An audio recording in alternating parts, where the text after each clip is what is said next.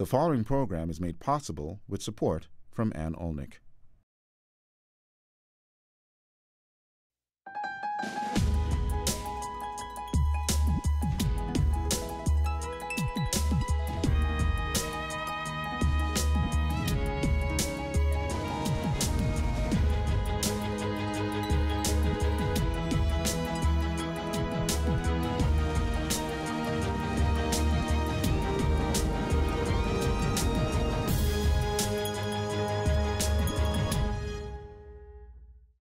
Hello, I'm Carol Jenkins. This Black America special, The Conscience of America, Birmingham's Fight for Civil Rights, is something of a family story.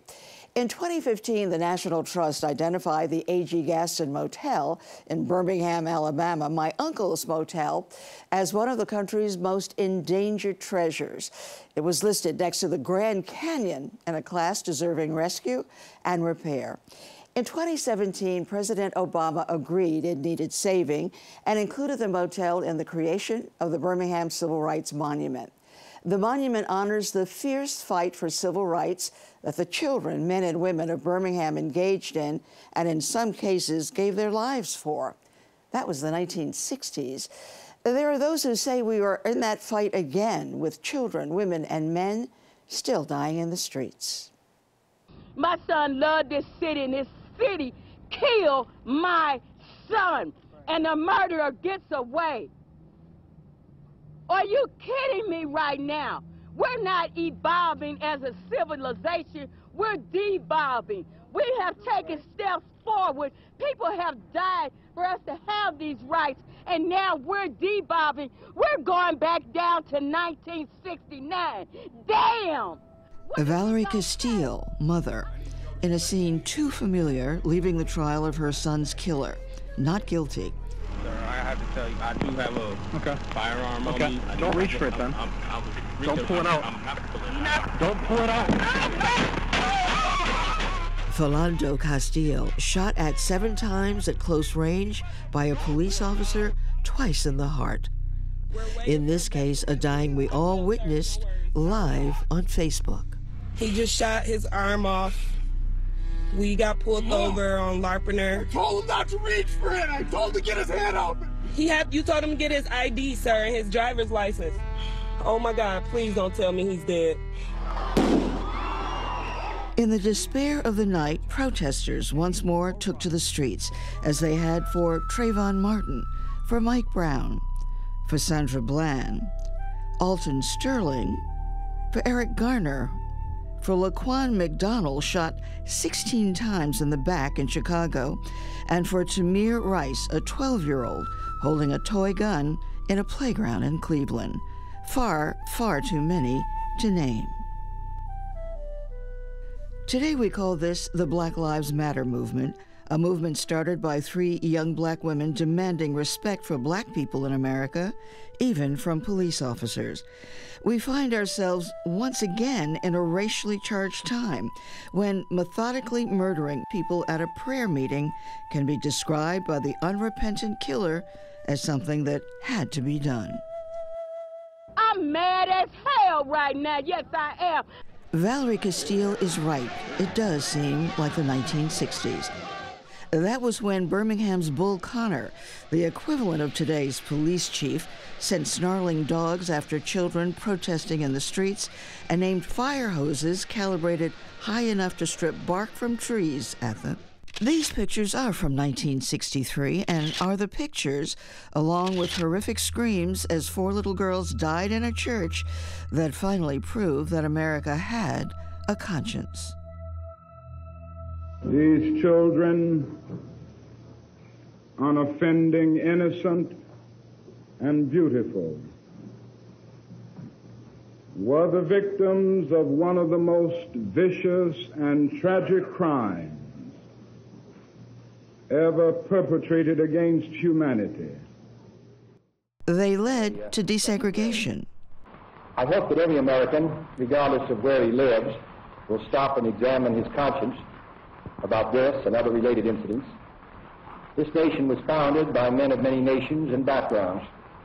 It was founded on the principle that all men are created equal, and that the rights of every man are diminished when the rights of one man are threatened.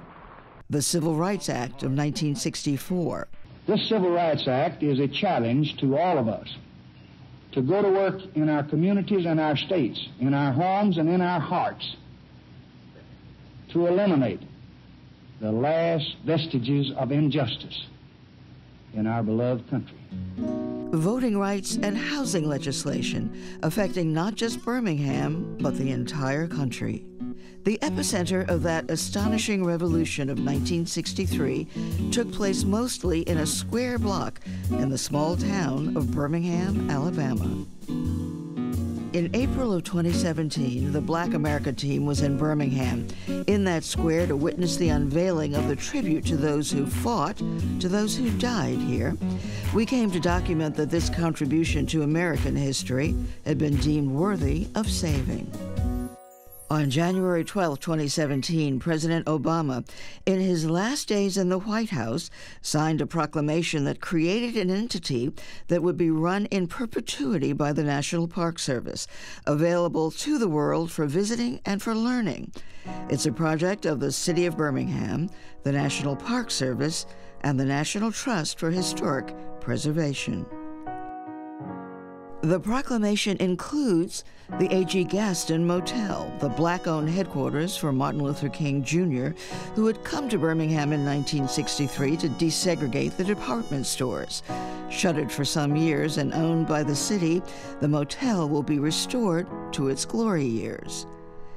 Kelly Ingram Park, scene of repeated protests and arrests, including some thousands of teenagers and children, broadcast across the country.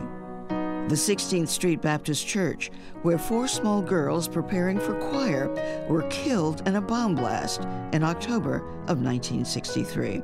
The Civil Rights Monument also includes the Birmingham Civil Rights Institute, repository of the artifacts and exhibits telling the story of the fight for civil rights in Alabama. Beyond that, the proclamation also includes Bethel Baptist Church, led by the Reverend Fred Shuttlesworth, the local minister and activist who as early as the 1950s orchestrated freedom rides and lunch counter sit-ins, and he was the one who invited King to Birmingham. The 4th Avenue Business District, home to black businesses during the time of segregation in Birmingham, including the first black bank, the Alabama Penny Savings Bank. The majestic colored Masonic temple, designed by black architect Robert Robinson Taylor in 1922.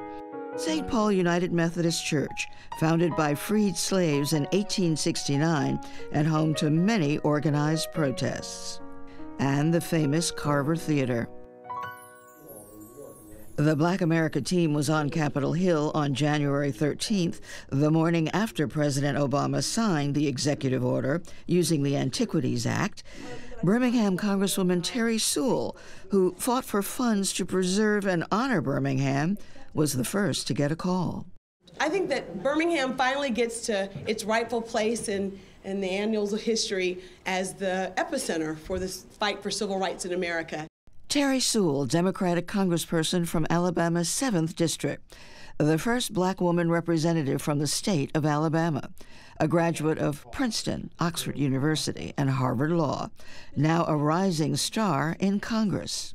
I have to tell you that when I think about why it is I walk the halls of Congress, it's because those 4 little girls were killed in the bombing of the 16th Street Baptist Church, and they don't get to walk the halls of Congress.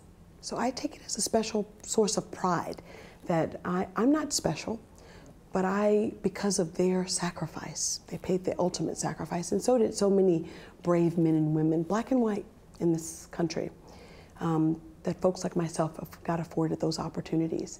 I was blessed to have grown up in Selma and to go to Princeton, and my big sister at Princeton was Michelle Robinson Obama, and then to go off to law school, and my law school classmate was, lo and behold, Barack Obama.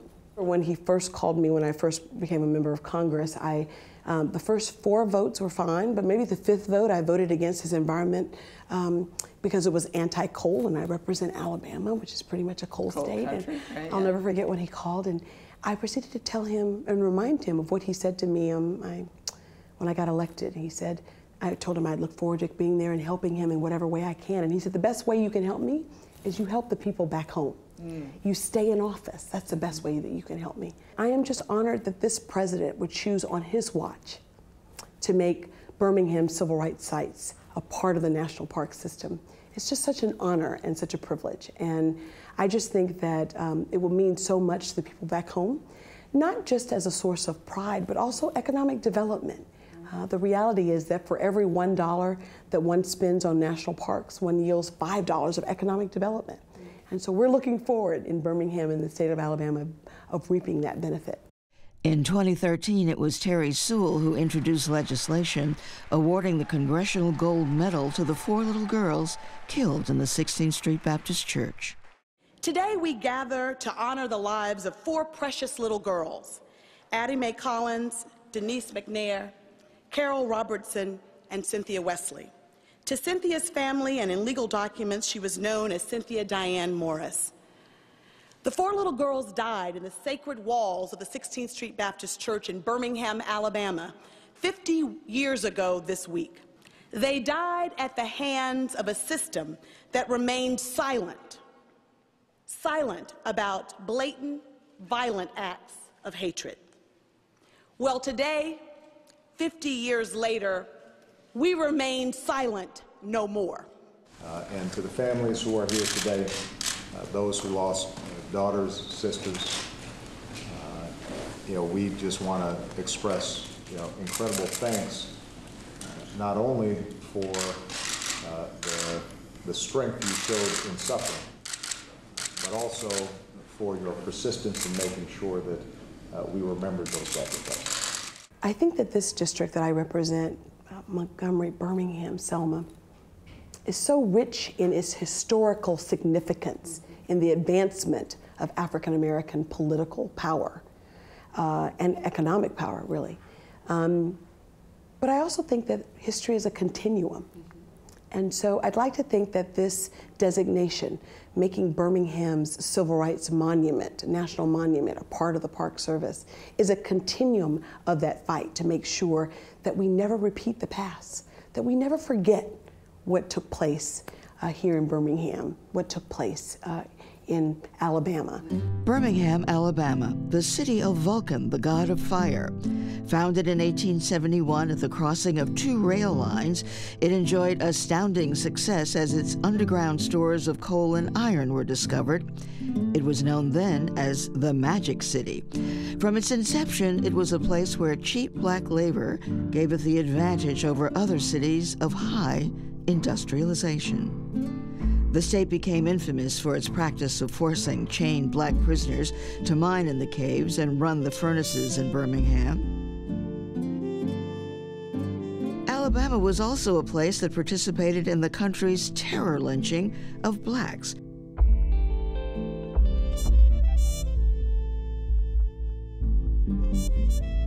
According to the Equal Justice Institute, from 1877 to 1950, more than 4,000 mostly black men, women, and children were lynched in the United States. Nearly 400 of them in Alabama, 29 of them in Birmingham proper, hundreds more in surrounding counties. Birmingham was also labeled the most segregated city in the country as Bombingham, as blacks in the South began fighting that segregation and whites retaliated. One neighborhood where many black leaders lived was known as Dynamite Hill. I draw the line in the dust and toss the gauntlet before the feet of tyranny, and I say segregation now, segregation tomorrow, and segregation forever. Alabama's Governor George Wallace infamously stood in the door of the University of Alabama to block the first 2 black students. It took President Kennedy and federal marshals to get it done. I stand here today as governor of this sovereign state and refuse to wittingly submit to illegal usurpation of power by the central government. Birmingham's Reverend Fred Shuttlesworth was called a local agitator. When you say you were badly beaten, how badly? Quite badly. The first time I saw brass knuckles, I was being struck with them. This mob had chains, brass knuckles, sticks, and other things in front of Phillips High School in September '57 when we went down and tried to enroll the children. And had a bomb go off near his bedside. The dynamite was placed right at the corner of the church and the corner of the house. And that's where the head of my bed was, and I was in the bed. The city produced two well-known black daughters, Condoleezza Rice, who rose to the White House as Secretary of State in the George Bush administration. And all of a sudden, there was this loud thud, and we knew a bomb had gone off. You just knew that in Birmingham in those days, but we thought maybe in our community. And within a little while, Mrs. Florence Rice came in. She was my father's cousin by marriage. She came in and she said 16th Street Church had been bombed. A little while later, we knew the names of the little girls who had been killed. And Denise McNair, who was one of those little girls, had been a family friend, kindergarten friend. There's a picture in the book of my father giving her her graduation diplomacy from kindergarten. So it was a very sad and in many ways terrifying day for our community. And activist Angela Davis spoke of the idea of violence and of growing up in Birmingham. After the four young girls who lived, one of them lived next door to me. I was very good friends with the sister of another one. My sister was very good friends with all three of them. My mother taught one of them in her class. My mother, in fact, when the bombing occurred, one of the mothers of one of the young girls called my mother and said, can you take me down to the church to pick up Carol? We heard about the bombing and I don't have my car. And they went down, and what did they find? They found limbs and heads strewn all over the place. And then after that, in my neighborhood, all of the men organized themselves into an armed patrol. They had to take their guns and patrol our community every night because they did not want that to happen again. I mean, that's why when someone asks me about violence, I just find it incredible. Because what it means is that the person who's asking that question has absolutely no idea what black people have gone through, what black people have experienced in this country since the time the first black person was kidnapped from the shores of Africa.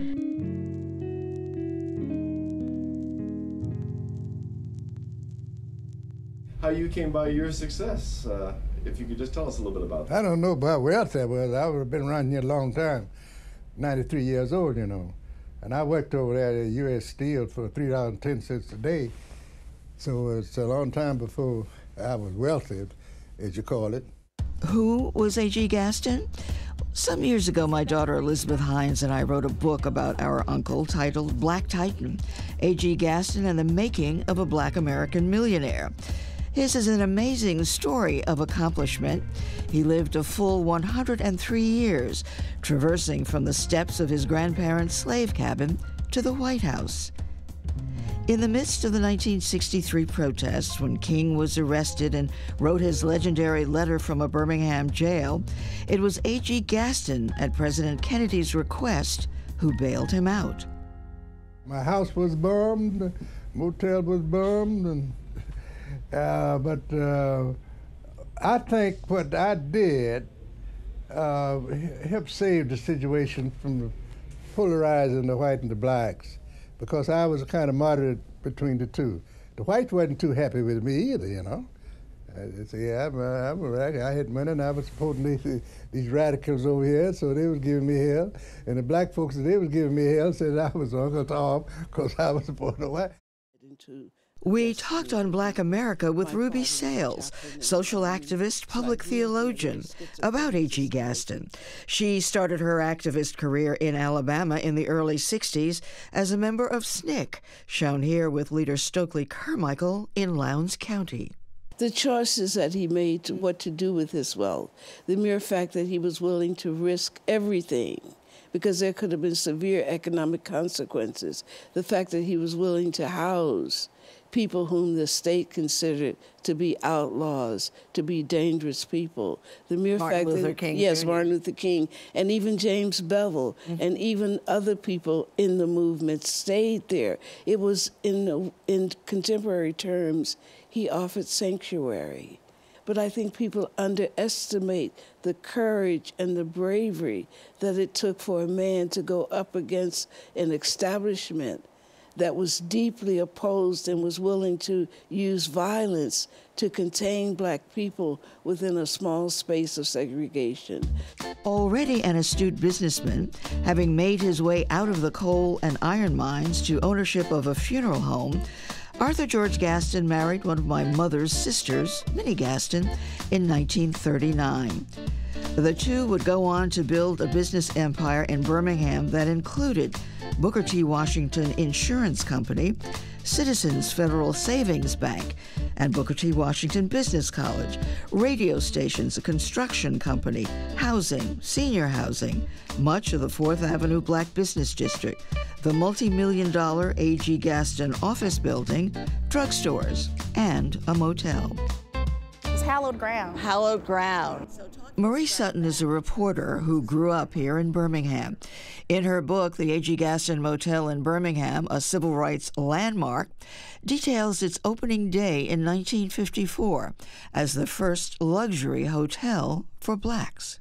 Yes. So there was a convention in town of black Baptist ministers, and you know, there was a contingent there to welcome the ministers here at this convention, including the mayor of Birmingham, the superintendent of the schools, and everyone was dignified. And this young whippersnapper walked up to the microphone and greeted everyone, but then also let them know that, you know, we want our freedom now. And as a matter of fact, you know, you're saying we want to marry your women and things like this, and everyone was all a tither, and people actually stormed out. And then we've discovered that that young man was Dr. Martin Luther King Jr., a very young Dr. Martin Luther King Jr. The motel became the social hub of the South, a place where top black performers played in the supper club, where high-profile weddings were held. Colin Powell spent his honeymoon here. This is where Martin Luther King and Reverend Abernathy and Reverend Shuttlesworth would hold their news conferences, and everybody would come, the press and the officials would come to find out what they were going to do next. Because this was the only place that African Americans could go for first-class hotel accommodations, everyone was here, from Ray Charles, Ike and Tina Turner. It was a revolving door. And so Dr. King, when he came to Birmingham, he was invited to stay here. And when Dr. King was here, everyone came. Journalists from all over the world, they wanted to come here. They, even though they may have been white in skin color, they didn't want to stay at the Tutwiler Motel because they were covering the Civil Rights Movement, and they feared their equipment would be destroyed. So everyone would come here, Joan Baez, just everyone. And so in the mornings, Dr. King would have breakfast, and then he would have a press conference right here in the courtyard. And so there would be a sea of people listening about the day's plans for the marches and what were the plans. So he would be here with Reverend Abernathy and a multitude of ministers to talk about it.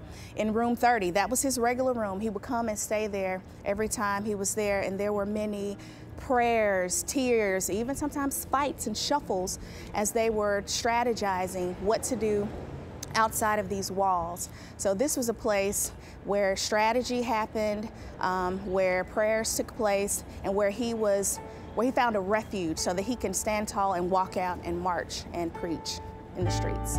The historic March on Washington would follow this seeming success, but in the fall, sticks of dynamite secreted in the wall of the 16th Street Baptist Church would detonate and kill the 4 girls. So let's talk about the day that the last press conference, so to speak, when they announced that desegregation of the department stores would happen to some extent, the water fountains and, you know, hiring of some employees. I think those were the promises.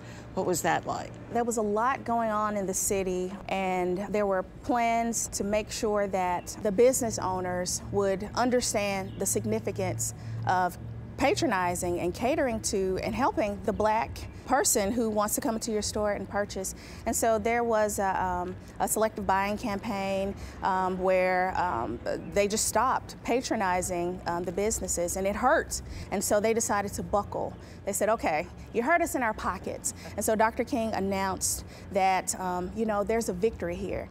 The activities which have taken place in Birmingham over the last few days, to my mind, marked the nonviolent movement coming of age. This is the first time in the history of our struggle that we have been able literally to fill the jails. And in a real sense, this is the fulfillment of a dream, for I've always felt that if we could fill the jails in our witness for freedom, it would be a magnificent expression of the determination of the Negro and a marvelous way to lay the whole issue before the conscience of the local and national community.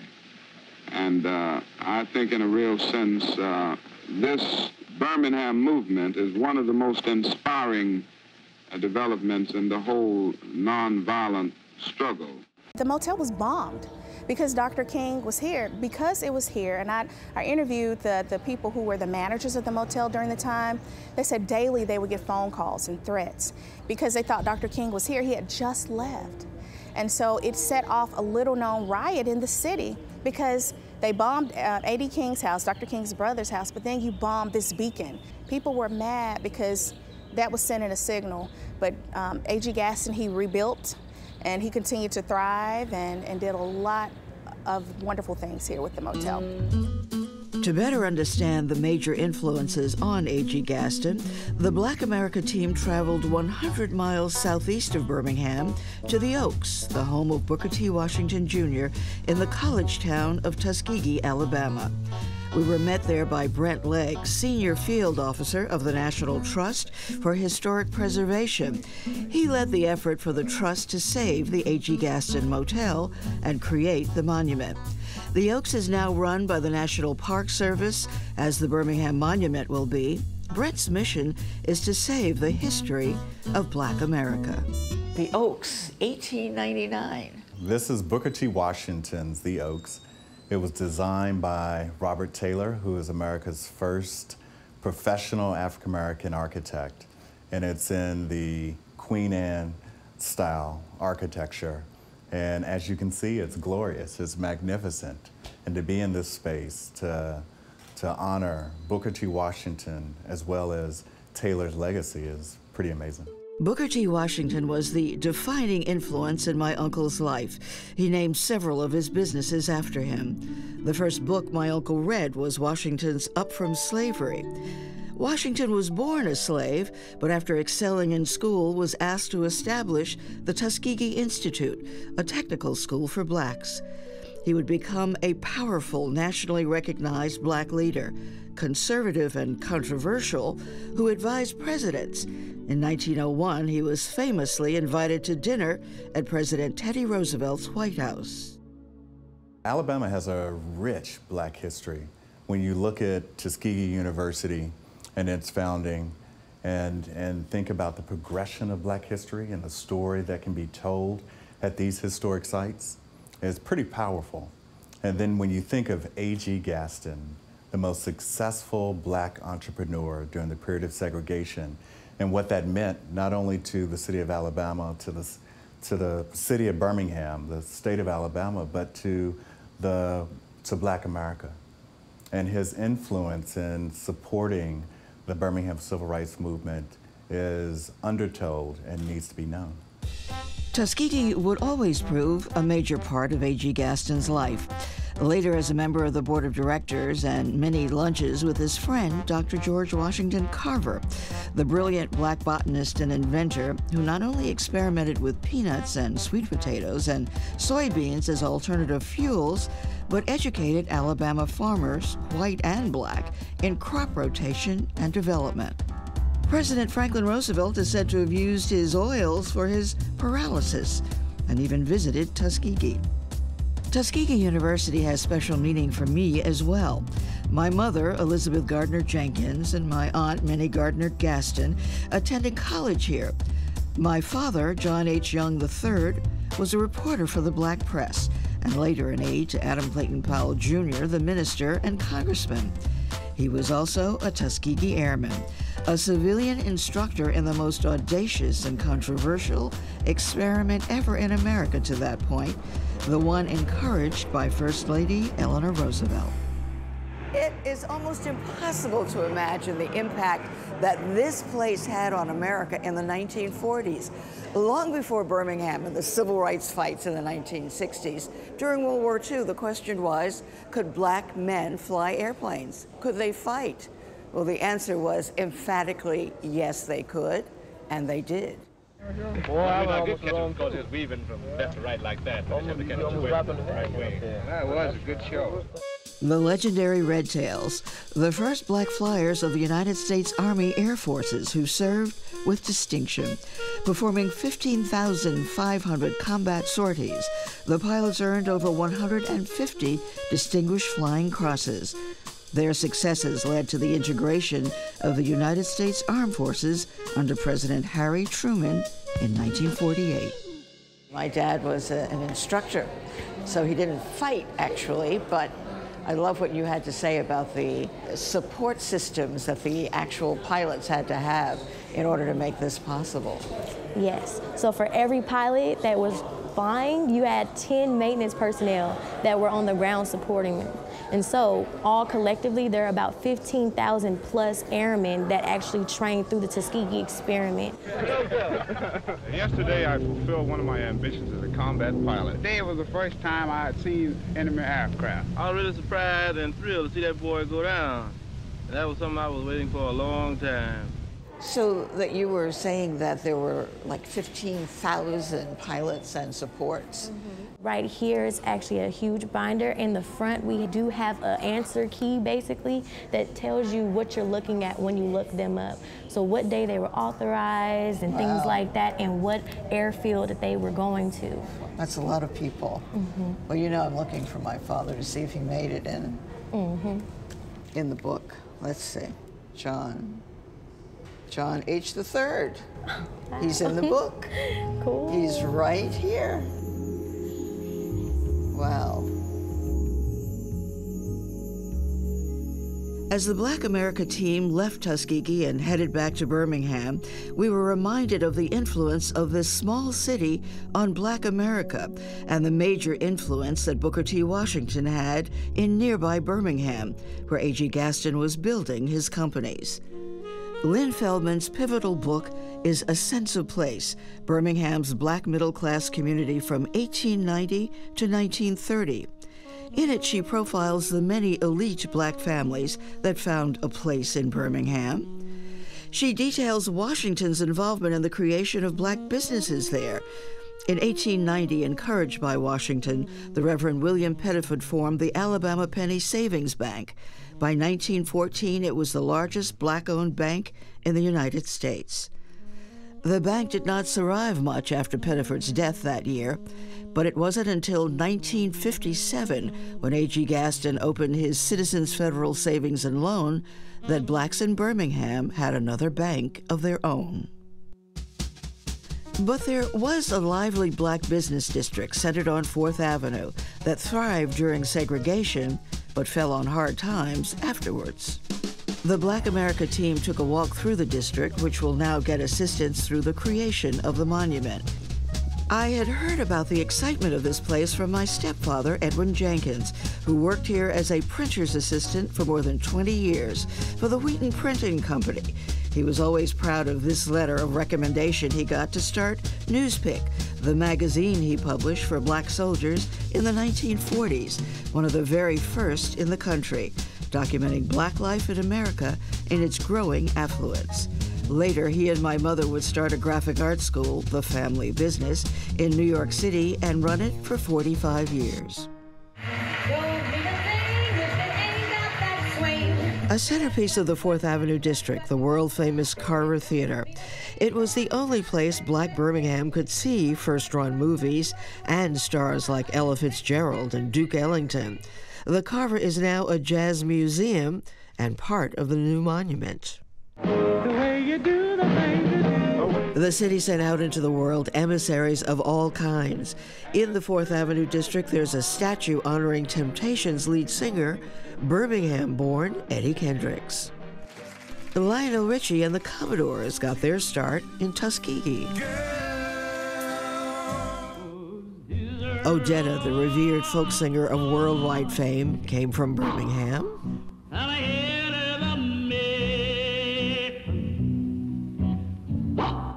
W.C. Handy, the father of the blues, gave us the St. Louis and Memphis blues, but was from nearby Florence, Alabama. What a difference a day made. The incomparable Dinah Washington was also a Birmingham native. 24 little hours. It would please me if you let me bring to you. Nat King Cole, who hosted his own successful integrated TV show in the 1950s, was attacked on stage by the KKK in his hometown of Birmingham. The Birmingham Black Barons, the famous Negro League team, sent many players into the major leagues, including in the 1940s the great pitcher Satchel Paige, and later on Hall of Famer Willie Mays. Birmingham and surrounding cities gave us many important visual artists. Bill Traylor, sharecropper, took up his art life at 85 and became a world sensation. Jimmy Lee Sudduth used rich Alabama mud in his paintings. Thornton Dial is known as perhaps the art world's foremost self-taught artist. The women of Gee's Bend became a sensation when their quilts were exhibited in museums around the world.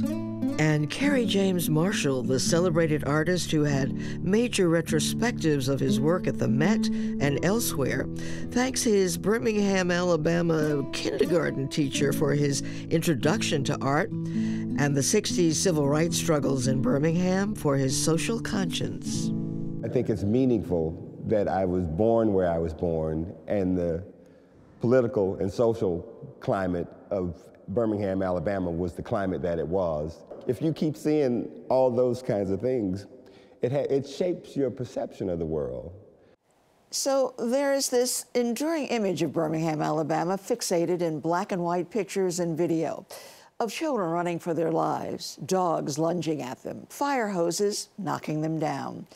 It's a 50-plus-year-old image. What the people of Birmingham hope is that the energy and spirit of the monument will create something more positive, something more robust, that this will become known as a city of hope and reconciliation. It started with our being able to tell the story. Mayor William Bell is the second black mayor of the city of Birmingham. The first was Richard Arrington in 1979. Birmingham today, the city itself, has a population of just over 200,000, mostly black people. Take in the surrounding suburbs and that number grows to just above 1 million, mostly white people. It is one of the leading banking centers in the country, home to major higher education and research institutions, telecommunications companies. But almost 30% of the residents of Birmingham proper live in poverty, double the U.S. rate.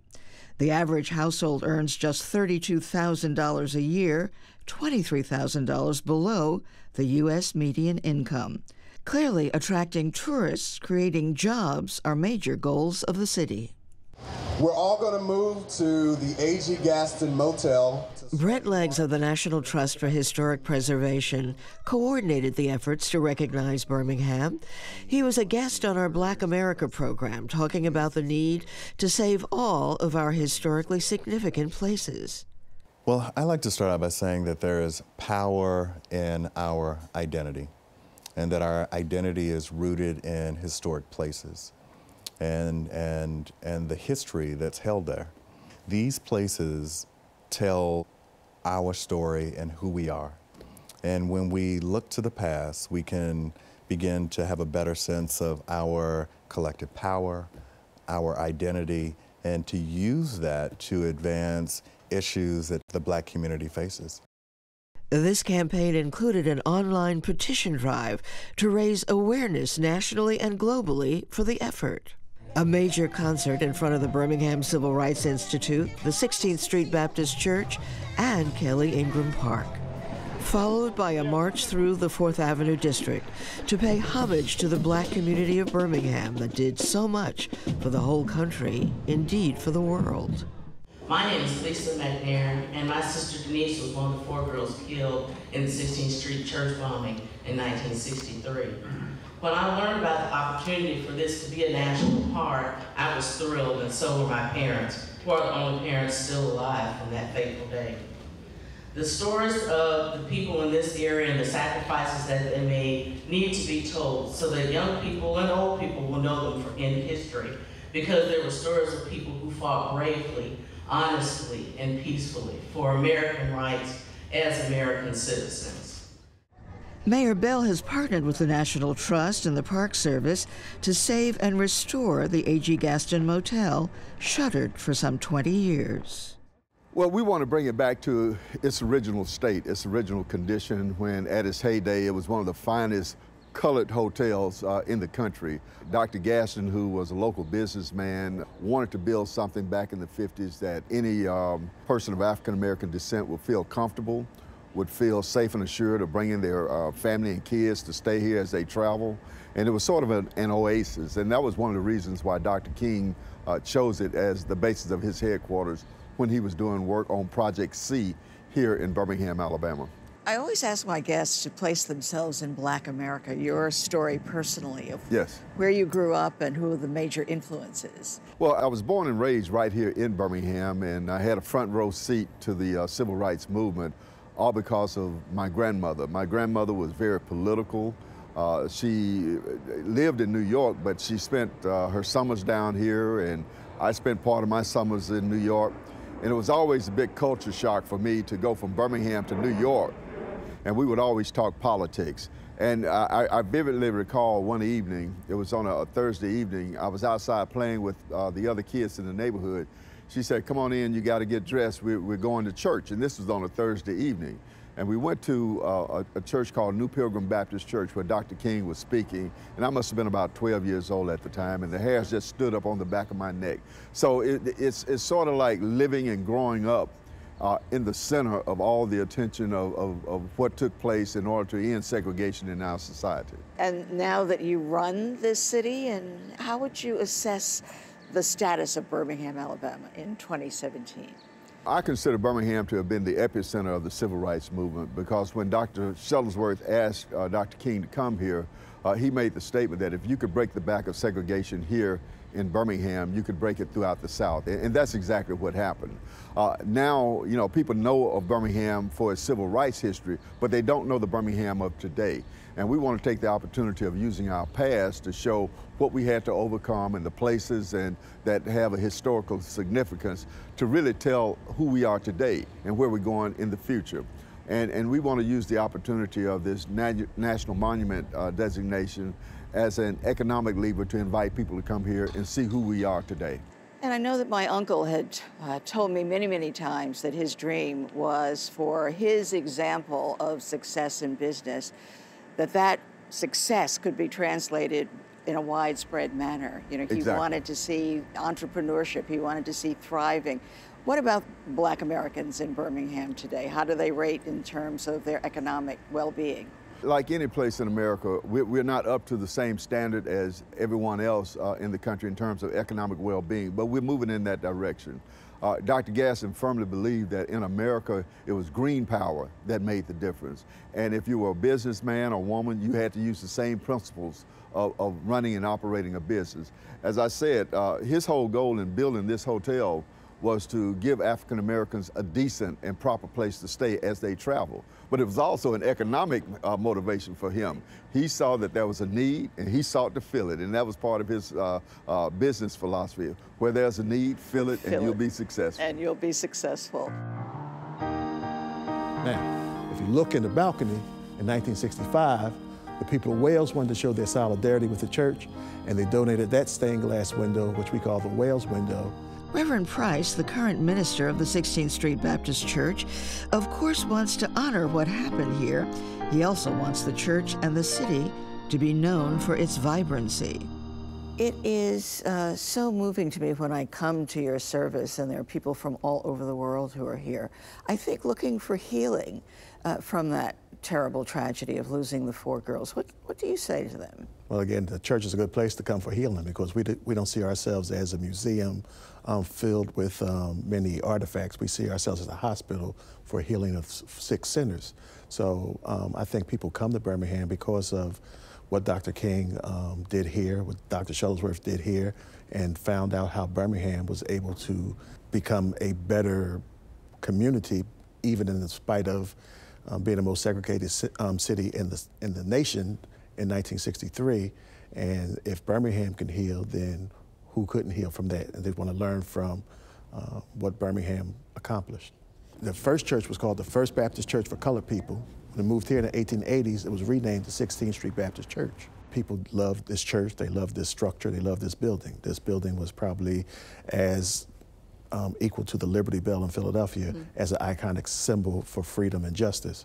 So the Birmingham community of not just African Americans, but also white Americans, not just Christians, but also Jews, came together and pooled their resources and raised $3.2 million to make sure that this building would stand as a testament of God's grace and mercy, and to show that this is a building that could stand the test of time, that people can come here and see what atrocities took place here, and although tragedy happened here, God calls us to triumph. And that took place because of the Birmingham community coming together to make it happen. Across the street from the church, Kelly Ingram Park today is a beautiful oasis, graced by tributes to the 4 girls and other heroes of the civil rights struggles.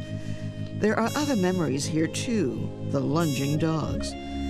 Overlooking the park on one corner, the A.G. Gaston building, where my uncle saw from his window the melees below. On the next block now, the Birmingham Civil Rights Institute. Since opening its doors in 1992, BCRI has been visited by more than 2 million people from all 50 states and around the world. I think we're all just beyond words. We're speechless, and we're very, very grateful that the history of Birmingham now matters to the whole world, really. Andrea Taylor is CEO and president of the Birmingham Civil Rights Institute. She's been at the helm for 2 years. She came from the foundation world.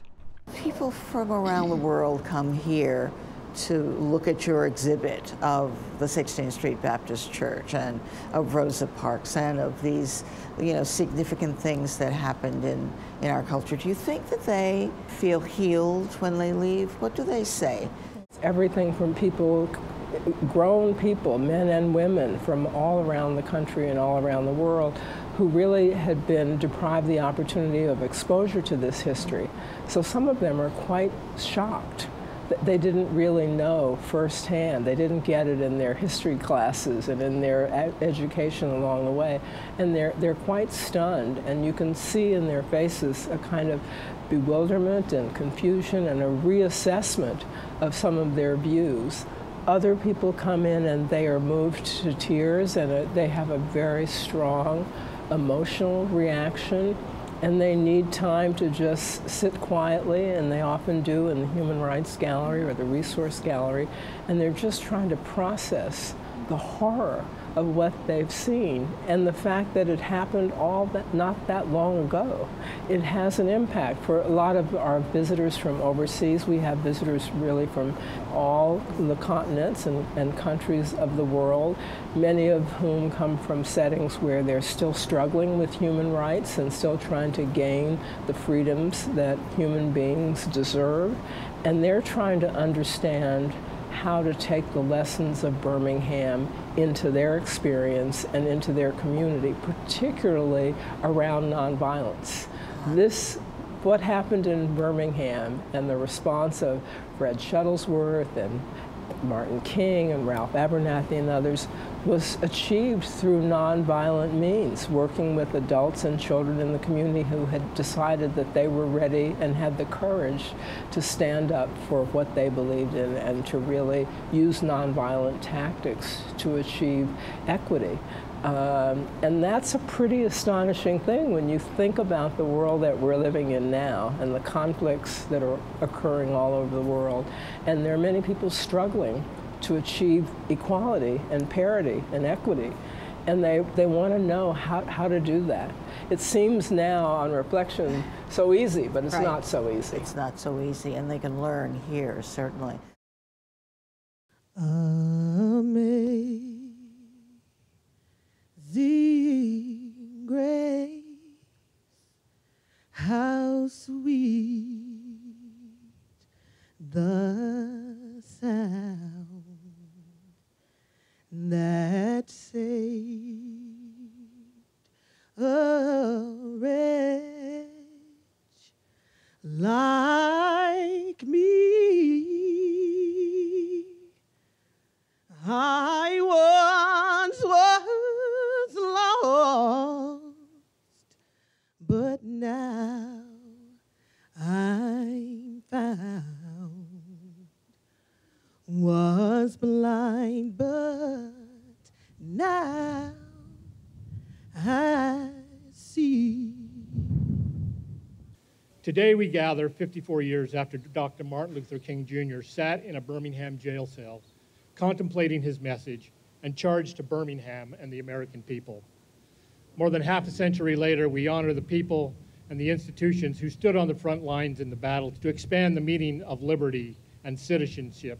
And in so doing, we honor those who labored long and hard to ensure these stories would never be forgotten.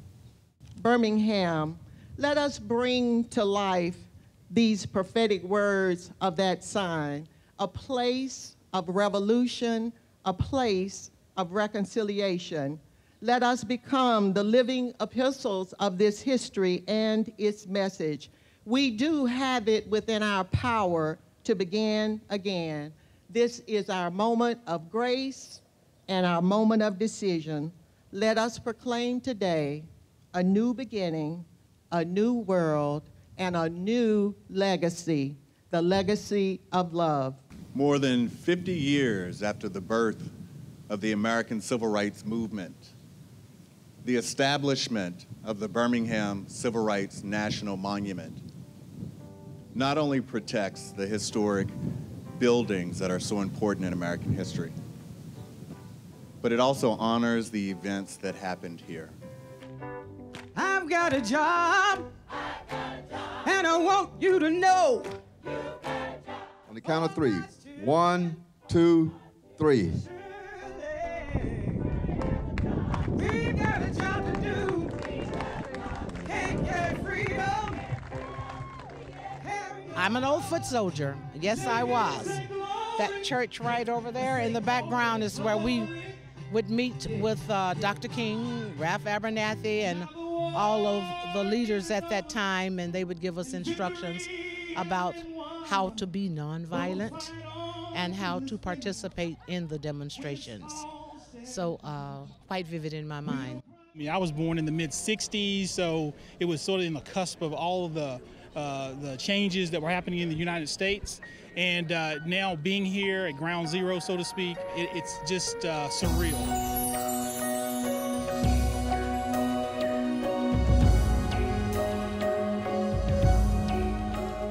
Near the end of every Black America interview, we ask our guests to finish the statement, "The power, the strength of Black America lies in."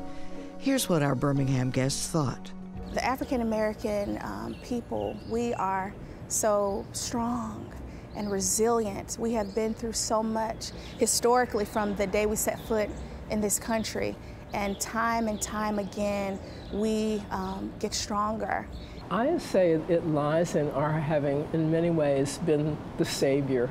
We came here to demonstrate that despite struggle, despite inequity, despite discrimination and all the things that Birmingham and the Civil Rights Movement represents, we continue to move forward. I still think the power and the strength of Black America lies within the church. I think the church was a force in the 1960s because the church really is the only entity that African Americans had to call their own. I think that the power and the strength of Black America lies in its faith, that we are a resilient people who have survived Middle Passage and slavery and have ascended to the highest office in the land, the presidency. And still we continue to march on, making sure that in its wake we never forget, and that with every progress may become challenges that send us back, but we continue to march forward. It's a story of hope. And I would close by reciting a poem that Sterling Brown wrote that I think provides an optic to explain what I mean. They put us in ghettos. They took away our rights, but strong people kept a-coming, and strong people kept a-coming. And despite everything that we face, and despite all of the fragmentation, despite everything, I think we can still say, strong people keep a-coming, strong people keep a-coming.